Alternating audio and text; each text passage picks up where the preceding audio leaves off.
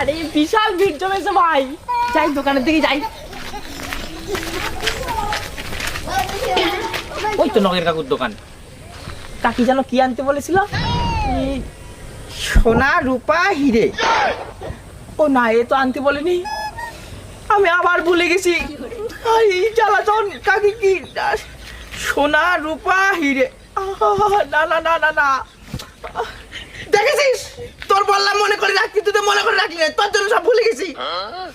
আবার যেতে হবে কাকির কাছে শুনতি, ভালো লাগে না। ও কাকি, কাকি কি আবার ভুলে গেছিস তাই তো?